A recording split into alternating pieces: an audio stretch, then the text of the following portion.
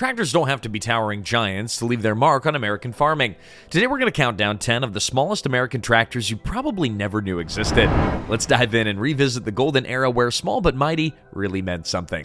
Number 10 is the John Deere Model L. Although it debuted earlier than our typical 1950s to 80s focus, the John Deere Model L remains a foundational icon in the history of compact tractors. Produced from 37 to 46, it packed a horizontally opposed two-cylinder engine of about 77.6 cubic inches. Drawbar horsepower hovered around 10, while belt power approached 14.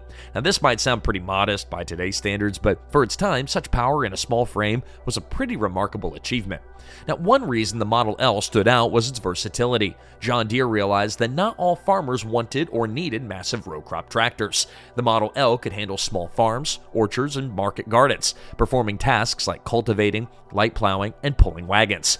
Its compact design also made it ideal for maneuvering in tight spaces, a significant advantage for smaller-scale operations, particularly in the pre-war and post-war eras when land could be fragmented. Now, culturally, the Model L planted the seed for later John Deere lines catering to smaller landowners. It broadened the brand's appeal beyond large-scale agriculture, foreshadowing a shift towards suburban and hobby farm markets in the subsequent decades. While larger John Deeres often do steal the spotlight, the Model L laid groundwork that would influence many of the compact tractor series to follow. Collectors prize it for its pioneering status and mechanical simplicity, a testament to how an unassuming machine can catalyze significant change.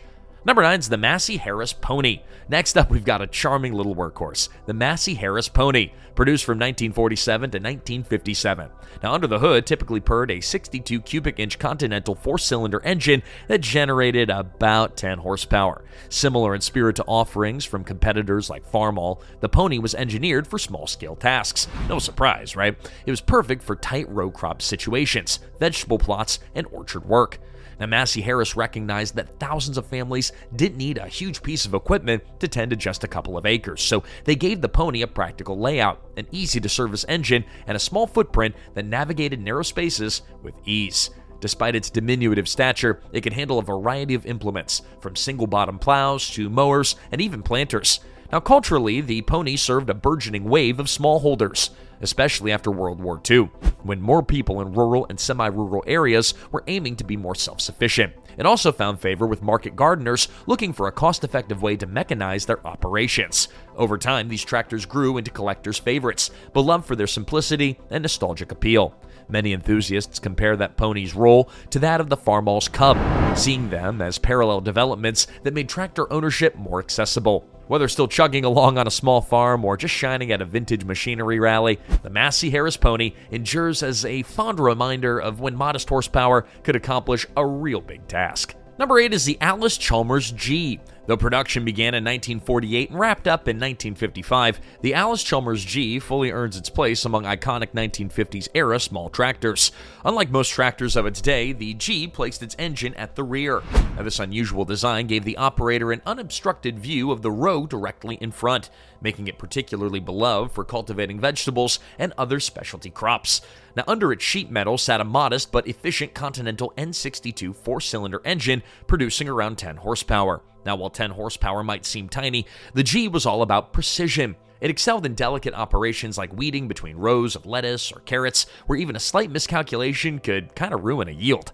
Now, despite being lightweight, around 1,300 pounds, it had a sturdy frame that could handle front-mounted implements like plows, seeders, and planters. Because it was smaller and more maneuverable than standard row crop tractors, the G helped small-scale farmers boost productivity on tight, intricate plots. Cultural impact also came from the fact that it was friendly for new or aging farmers who needed a tractor that they could operate comfortably with without wrestling an enormous machine.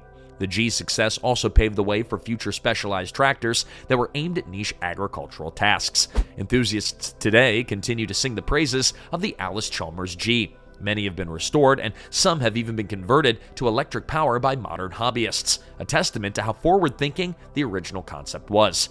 It's a rare example of a machine that combines simplicity, efficiency, and adaptability in a pint-sized format, making it a gem among America's smallest tractor offerings. Number 7's the Farmall Cub. Now, International Harvester introduced the Farmall Cub in 1947, but its real heyday stretched well into the 1950s, 60s, and even 70s. Now, over 3 decades of production means that you'll find plenty of folks who grew up learning to drive tractors on one of these little red marvels. Powered by a 4-cylinder C60 engine that delivered around 9.25 horsepower at the drawbar, the Cub was specifically built to excel on small farms, gardens, and orchards. Now, its compact footprint, just about 60 inches wide, let it navigate tight spaces, a valuable feature when farmland was parceled into smaller tracts or when families took up homesteading.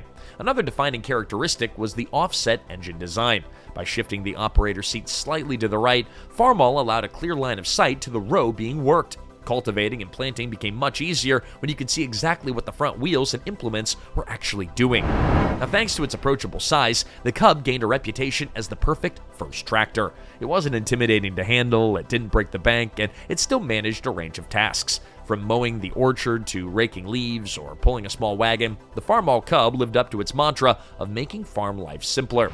Culturally, the Cub's longevity speaks volumes. It saw America through post-war agricultural shifts, suburban expansion, and the evolution of the hobby farm. Today, collectors, small acreage owners, and just those who simply love vintage farm machinery hold the Farmall Cub in high esteem. Spotting one at a tractor show inevitably invites warm stories from people who remember driving it as a teenager or seeing it parked in Grandpa's barn. Its place in the pantheon of small American tractors is about as secure as it gets. Number 6 is the John Deere 330. Now, built exclusively in 1959, the John Deere 330 is a rare gem in the 2-cylinder era. With just around 844 units produced, according to several historical registries, finding an original 330 on the market can be a bit of a challenge. Under its distinctive green hood lay a 91.3 cubic inch vertical 2-cylinder engine generating about 18 horsepower at the belt. Although 18 horsepower might not blow away modern specs, it was plenty for a compact utility tractor in the late 50s. Now, John Deere's decision to pack so much efficiency into a petite frame signaled a broader industry trend. Farmers increasingly wanted multi-purpose machines that could handle a range of tasks without excessive bulk. With its 3-point hitch, the 330 could handle light plowing, mowing, and general yard chores, making it a versatile fit for small farms or as a fleet helper on bigger operations. The styling was just classic John Deere. Clean lines, bold colors, and an unmistakable stance. Now, while the 330 didn't get the decades-long production run of more famous models like the John Deere A or B, it left its mark as a transitional piece. It showcased the brand's willingness to innovate in smaller segments rather than just sticking to only large row crop designs. This approach resonated with landowners who didn't need or couldn't afford giant equipment. Today, the 330 is a nice collector's prize. Enthusiasts will pay top dollar for a well-preserved example because it merges 2 revered qualities. You got that iconic John Deere heritage and the uniqueness of a limited production run. 2 things that collectors will certainly look for. Nostalgia also plays a big role. Seeing one is a snapshot of a moment in American ag history where small but efficient was beginning to take hold. Rare, refined, and undeniably cool, the 330 cements its place on any list of tiny American tractors worth remembering. Number 5 is the Wheelhorse Suburban. Now, when people think of early American garden tractors, Wheelhorse often comes to mind. Founded by Elmer Pond in the mid-1940s, this Indiana-based company churned out some of the most sought-after small riding tractors in the post-war boom. Among its various lines, the Suburban models from the late 50s and 60s helped define what a suburban yard machine could really be. These weren't just glorified lawnmowers, they were rugged, belt-driven mini-tractors that were capable of plowing snow, tilling gardens, and hauling small trailers. Horsepower on these Suburban models range from about 4 to 8, delivered by engines from manufacturers like Kohler or Clinton. The hallmark was simplicity, a no-frill, sturdy design that homeowners could maintain without needing specialized tools. Another big plus was the adaptability. Attachments for snowblowing, cultivating, and mowing all turned the Suburban into an all-season helper. Culturally, Wheelhorse snagged a solid chunk of the rising suburban market. By the 60s, more middle-class families owned homes on quarter-acre lots or slightly larger properties, which made the need for a maneuverable, reliable garden tractor skyrocket. Wheelhorse marketing leaned on that sense of suburban pride. Pictures of dads trimming the lawn with a grin, the family pup trotting alongside.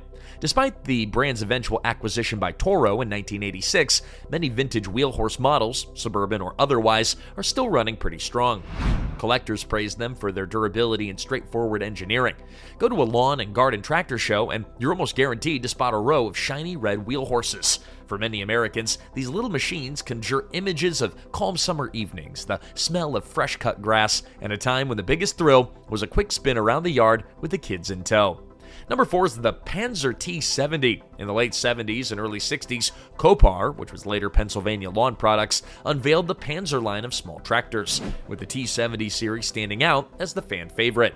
Manufactured in Virginia initially and then shifting to Pennsylvania, Panzer tractors were initially recognizable for their heavy steel frames and wide stance, which provided stability well beyond what most garden tractors could offer. Typically powered by a 7 or 8 horsepower Briggs & Stratton or Tecumseh engine, the T70 was belt-driven with a simple but robust transmission setup. That reliability turned heads. Owners could rig up these machines with snow blades, cultivators, or even homemade attachments, confident that the thick steel and well-designed transaxle could take a beating and keep running. Now, for many small property owners, the T70 cut a perfect balance between affordability and ruggedness. Now, some folks even used them for small-scale farming tasks, especially in areas where space was a bit tight and the land was segmented. The Panzer's low-slung design made it less prone to tipping on uneven ground, which added to its appeal. Nostalgia for the T70, and just Panzer in general, runs deep. Restoration clubs abound, where members trade parts, paint tips, and old service manuals. You'll see often a bright blue Panzer T70 at a vintage tractor event, its distinctive silhouette a testament to a time when American companies took pride in over-engineering their products for maximum durability. Culturally, the Panzer's story is one of homegrown ingenuity, a small company turning out machines that, despite their modest size, earned a nationwide fan base. For that reason alone, the Panzer T70 remains a cherished piece of tractor history. Number 3 is the Economy Power King. Originally introduced by Engineering Products Company in 1946, the Economy brand steadily gained traction through the 50s, 60s, and even beyond. Often called the Power King, these small tractors were famed for their robust construction. Early models typically featured about 12 to 14 horsepower engines that were sourced from Briggs & Stratton or Kohler, harnessed to a straightforward belt and pulley drive system. Although the horsepower might sound modest, the Power King's torque and durability allowed it to tackle tasks that many standard lawn tractors just couldn't quite handle. A major selling point was the tractor's do-it-yourself friendliness. Farmers and homeowners alike appreciated that they could service the Economy Power King in their own garages. Whether it was replacing belts, adjusting the carburetor, or even customizing attachments, the design encouraged hands-on ownership. One of the big draws was versatility. A Power King could manage small plows, rear tillers, blade attachments for leveling dirt or snow, and a variety of mowing decks. Now, this adaptability made it a favorite for folks with a few acres that needed just one machine who could handle multiple chores throughout the year. Cultural impact came from its approachable price point. Owning a mini tractor wasn't out of reach for your average working family. Now, while the brand name shifted and evolved over the years, the Economy Power King's legacy endures through enthusiasts who keep the machines humming to this day. Vintage tractor shows often feature a lineup of freshly painted Power Kings, each with a proud owner eager to share stories about what they accomplished with this no-nonsense rig. For many, it's more than just a tractor. It's a piece of American manufacturing heritage that exemplifies the era's can-do spirit. Number 2 is the Cub Cadet Original. Now, when International Harvester introduced the Cub Cadet Original in 1961, they aimed squarely at suburban homeowners who needed more than just a walk-behind mower, but not a full-blown farm tractor. Sporting a 7-horsepower Kohler K161 engine, the Cub Cadet Original packed surprising muscle into a neat and compact frame. This model ran until '63, and during that short span, IH managed to build over 59,000 units, proof about how quickly it caught on. Now, one key factor was its heavy-duty construction. Unlike many garden tractors that use lighter stamped steel frames, the Cub Cadet featured a welded steel chassis that was robust enough to handle ground-engaging implements. Owners quickly realized that they could plow snow, cultivate gardens, and even haul decent loads without overstressing the machine. Another notable point was the gear drive transmission, a sturdy design that outlasted many simpler belt-driven systems of that time. Culturally, this little powerhouse played a big role in shaping the modern lawn and garden tractor market. As suburban sprawl accelerated in the 60s, families discovered that they wanted a machine that could keep large lawns trimmed, assist with minor landscaping, and possibly cultivate a vegetable patch out back. The Cub Cadet Original perfectly filled that niche. You'll find devoted collectors who can identify an original from a glance at the distinctive rear fenders and the no-nonsense grille. Today, enthusiasts preserve and restore these tractors like prized antiques. Some go as far as to add modern twists, upgraded engines, hydraulics, or even custom paint jobs. But at the core, the Cub Cadet Original remains a snapshot of American ingenuity. an era when a simple but well-built garden tractor could transform yard work from a chore into a source of pride. And number one's the John Deere 110. Unveiled in 1963, the John Deere 110 is widely hailed as a machine that launched John Deere into the thriving lawn and garden tractor scene of the 1960s. Initially powered by a 7-horsepower Kohler engine, the 110 quickly grew in popularity, with later models pushing engine ratings of 8, 10, and eventually 11 horsepower. The concept was straightforward. Take Deere's agricultural expertise and condense it into a small and reliable tractor built for private lawns and small acreage tasks. A key highlight was the rear hitch system and the wide range of attachments offered: snow throwers, tillers, rotary mowers, and more. Suddenly, weekend lawn care wasn't just about cutting grass. Homeowners now could manage basic landscaping, cultivate gardens, and even push light snow, all with one friendly green and yellow machine. For folks who'd always admired John Deere's brand but didn't have a giant farm, this was a perfect gateway into the iconic Deere and Plow Club. Now, because the 110 stayed in production, with updates until the mid-70s, it became a staple in suburban garages across America. Brand loyalty ran high. Many 110 owners eventually graduated to larger John Deere models as their acreage or needs expanded.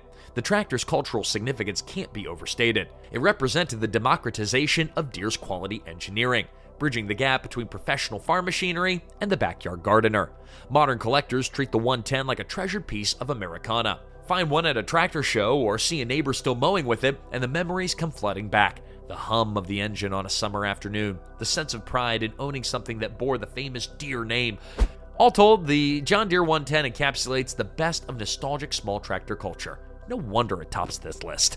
Hey, jokes aside, these 10 tiny tractors prove that sometimes less really is more. Whether they were built to tackle smart farm plots, suburban lawns, or just about anything in between, they stood as marvels of American engineering and innovation. We hope you found this video helpful in rekindling warm memories of our farming and suburban heritage. And if you enjoyed taking this nostalgic trip through the 50s to the 80s, let us know which compact tractor you would love to drive today. And be sure to subscribe to the channel for more classic machinery spotlights and down-to-earth discussions on all things vintage and mechanical.